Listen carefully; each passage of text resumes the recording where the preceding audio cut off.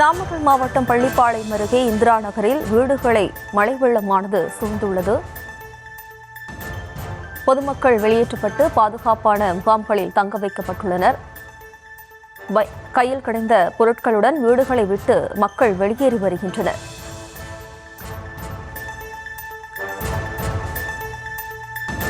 இது தொடர்பான கூடுதல் விவரங்களோடு நேரலையில் இணைகிறார் நமது செய்தியாளர் தங்கமணி. வணக்கம் தங்கமணி. தற்போது காவிரி நீரானது வீடுகளுக்குள் புகுந்துள்ளது, மக்கள் முகாம்களுக்கு செல்லும் நிலை ஏற்பட்டுள்ளது. தொடர்பான கூடுதல் விவரம்.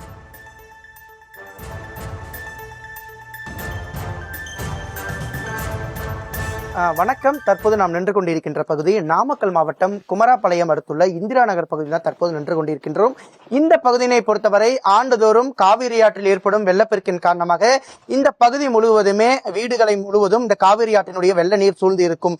இந்த நிலையில்தான் தற்போது மீண்டும் மேட்டூர் அணை அதன் முழு கொள்ளளவான 120 அடியினை எட்டியுள்ள நிலையில் அணையிலிருந்து வினாடிக்கு 1 லட்சம் கனஅடி நீர் நேரடியாக காவிரி ஆற்றில் திறந்துவிடப்பட்டு வருகிறது. இந்த நிலையில் காவிரி கரையோரமான பவானி, குமராபாளையம், பள்ளிப்பாளையம் போன்ற காவிரி ஆற்றங்கரையோரம் உள்ள குடியிருப்புகளுக்கு மாவட்ட நிர்வாகத்தின் சார்பில் வெள்ள அபாய எச்சரிக்கை என்பது விடுக்கப்பட்டிருக்கின்றது. இந்த நிலையில் இந்த பகுதி, அதாவது இந்திரா நகர் பகுதியினை பொறுத்தவரை இந்த பகுதியில் சுமார் 100க்கும் மேற்பட்ட குடியிருப்புகள் இருக்கின்றது. இந்த பகுதியை சார்ந்த அனைவருமே விசைத்தறி தொழிலாளர்களாக இருக்கின்றனர். தொடர்ந்து இந்த பகுதியில் தற்போது வெள்ள நீர் என்பது பகுதி முழுவதுமே சூழ்ந்திருக்கின்றது. சுமார் 50க்கும் மேற்பட்ட குடியிருப்புகள் முழுவதும் இந்த வெள்ள நீர் சூழ்ந்திருக்கும் காரணத்தினால் இங்கிருக்கின்ற பொதுமக்கள் அனைவரும் மாவட்ட நிர்வாகம் மற்றும் வருவாய்த்துறை சார்பில் அமைக்கப்பட்டிருக்கின்ற பாதுகாப்பு முகாம்களில் தங்க வைக்கப்பட்டுள்ளனர். அவர்களுக்கு தேவையான மருத்துவ உதவி மற்றும் உணவு வசதியினை இங்கிருக்கின்ற நகராட்சி நிர்வாகம் செய்து வருகின்றது.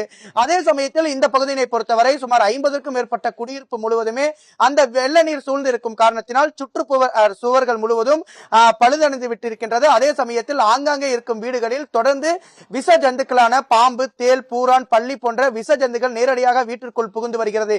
இந்த காரணத்தினால் அவர்களுடைய வீடுகள் இருக்கின்ற பொருட்கள் அனைத்தும் பரிசல் மூலம் எடுத்து செல்லப்பட்டு அங்கிருக்கின்ற பாதுகாப்பு முகாம்களில் பொதுமக்கள் வைத்து வருகின்றனர். தொடர்ந்து இங்கிருக்கின்ற பொதுமக்கள் ஆண்டுதோறும் வைக்கின்ற கோரிக்கையாக தாங்கள் ஆண்டுதோறும் இங்கு வருகின்ற வருவாய்த்துறை அதிகாரிகள் மற்றும் மாவட்ட நிர்வாகத்தினுடைய ஆட்சியாளர்களிடம் போன்ற பல்வேறு கோரிக்கைகள் அளித்து வருகிறோம். எங்களுக்கு உரிய முறையில் ஒரு வீட்டுமனை பட்டாவோ அல்லது வீடுகளோ தங்களுக்கு வழங்க வேண்டும். ஏனென்று குறிப்பிட்டால் ஆண்டுதோறும் இந்த ஆடி மாதம் முதல் தேதியிலிருந்து ஆடி 18 வரைக்கும் ஆண்டுதோறும் இந்த வெள்ளப்பெருக்கு என்பது ஏற்படும்.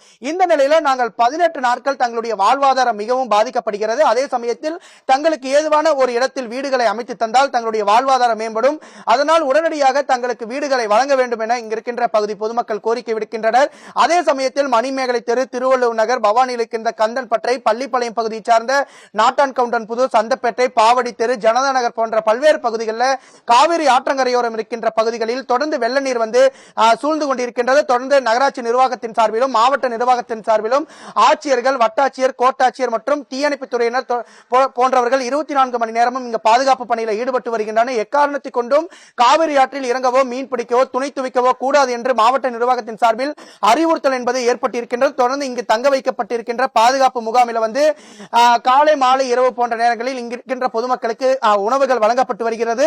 தொடர்ந்து பொதுமக்கள் உடனடியாக வீட்டை விட்டு வெளியேற வேண்டும் என்று இங்கிருக்கின்ற வட்டாட்சியர் மற்றும் இங்கிருக்கின்ற அரசு அதிகாரிகள் இங்கு ரோந்து பணியில் ஈடுபட்டு வருகின்றனர். தொடர்ந்து நாம் காட்சியில கூட பார்க்கலாம். தொடர்ந்து இந்த பகுதி முழுவதுமே வீடுகளை இங்கிருக்கின்ற வெள்ள நீர் சூழ்ந்திருக்கின்றது. தொடர்ந்து ஆங்காங்கே விஷ ஜந்துக்களான பாம்பு, தேல் போன்றவர்கள் நேரடியாக வீட்டுக்குள் புகுந்து வருகிறது.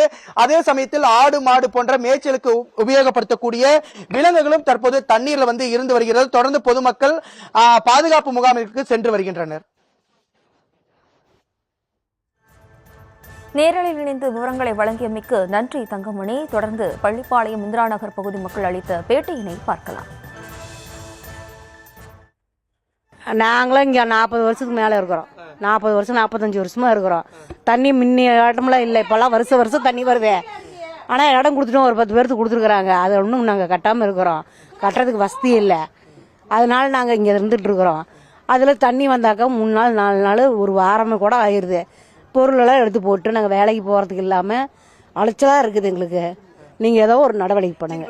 வீட்டுக்குள்ளே பாதிப்புன்னா செவருக்கு பின்னாடி ஒரு மாசமாகவே ஓடுதே. ஒரு 20 நாளாக ஓடிக்கிட்டு தான் இருக்குது. பின்னாடி பாதிப்பு தான். படுத்தா மேலே விழுந்தாலும் விழுந்தது தான். அப்புறம் என்ன பண்ண முடியும்? இல்லாதவங்க இருந்துதான் ஆகும். எல்லாமே வரும். எல்லாமே வரும். பூரா வரும், தேடு வரும். இப்போ ஒரு பாம்பு அடிச்சிருக்கிறாங்க. இன்னும் வரும். 40 வருஷமாக வாடகை வீட்டில் தான் குடியிருக்கிறேன். எனக்கு சொந்த ஊரில் எதுவும் இல்லை. எனக்கு ஏதோ ஏற்பாடு பண்ணி கொடுத்தாங்கன்னா பரவாயில்லைங்க அரசாங்கம். வந்தால் எல்லாம் மேலே போக சொல்கிறாங்க, எதுவும் கவனிக்க மாட்டேங்கிறாங்க. வாடகை வீட்டுக்காரதான் எல்லாம் இடம் தர மாட்டேங்கிறாங்க.